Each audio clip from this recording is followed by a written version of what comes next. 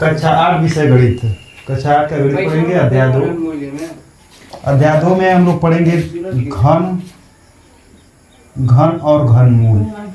घन और घनमूल। तो आज हम लोग पढ़ेंगे घन और घनमूल, जिसमें हम केवल घन के बारे में बात करेंगे। घन, तो सबसे पहले हम समझते हैं घन किसे कहते हैं। क्या समझते हैं घन किसे कहते हैं? घन, तो जिस प्रकार से हम लोग जब वर्ग और वर्गमूल पढ़ रहे थे, तो जैसे वर्ग जो हम बताए थे, वर्ग किसे कहते हैं? जब किसी संख्या को उसी संख्या में 2 बार गुणा करें तो प्राप्त गुणनफल उस संख्या का वर्ग होता है, तो वैसे ही घन होता है। जब किसी संख्या का उसी संख्या में 3 बार गुणा करें, जब किसी संख्या को उसी संख्या में 3 बार गुणा करें तो प्राप्त गुणनफल उस संख्या का घन होता है। प्राप्त गुणनफल उस संख्या का घन होता है, यानी 2 का जो घन होता है, 2 का घन 8 होता है। अब 2 का घन 8, अच्छा अब 3 का देखें, अगर 3 का घन देखें, 3 का घन क्या होता है? तो 3 को मतलब 3 बार गुणा के रूप में लिखकर और जो गुणनफल प्राप्त होगा वही 3 का घन होगा। तो 3 का घन क्या होगा? 3 का घन होगा 27, ठीक है। 4 का घन 64। ऐसे ही तो घन हम समझ लिए।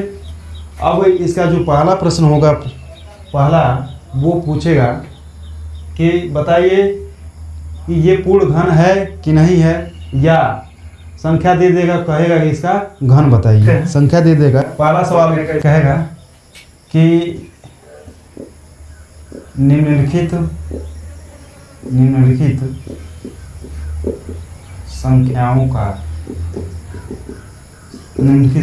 का घन ज्ञात कीजिए। क्या? घन ज्ञात कीजिए। घन ज्ञात करना है। 2 से 3 सवाल देखेंगे हम लोग। जैसे पहला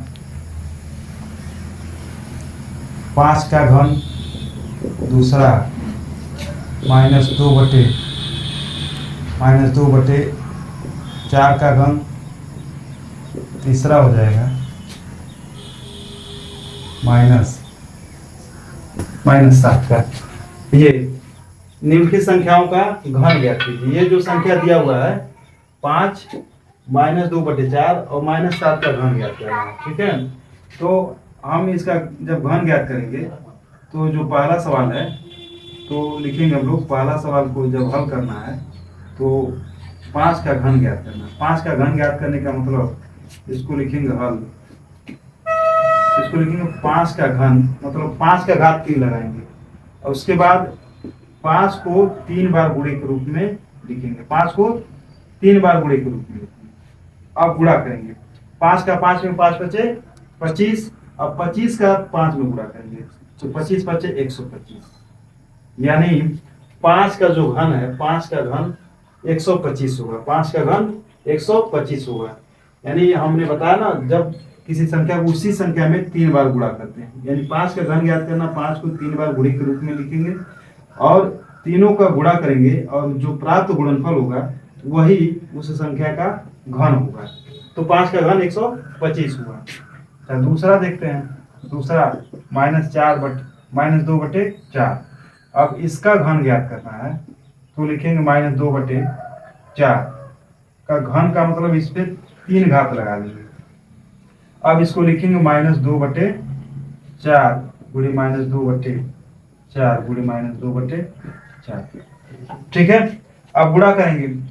2 दूना 4, 4 दूना 8।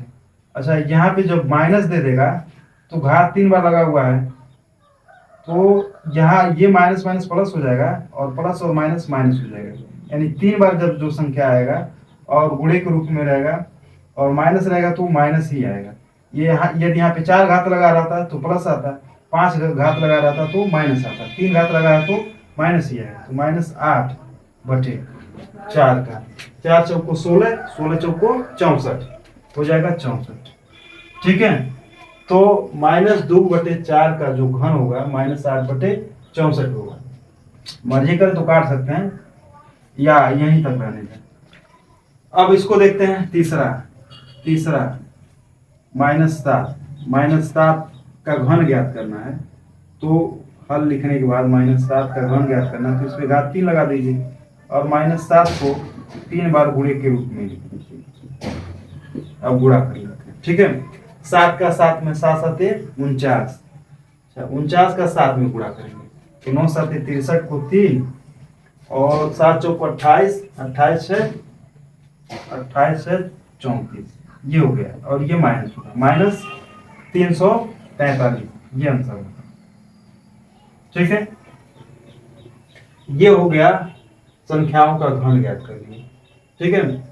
अगली प्रश्न जो पूछेगा वो संख्या देगा और कहेगा इसको बताइए ये पूर्ण घन है कि नहीं है, ठीक है। तो अगले वीडियो में हम देखेंगे संख्याओं का, जो भी संख्या दिया रहेगा और उसका कहेगा इसको बताइए पूर्ण घन है कि नहीं है, ठीक है। तो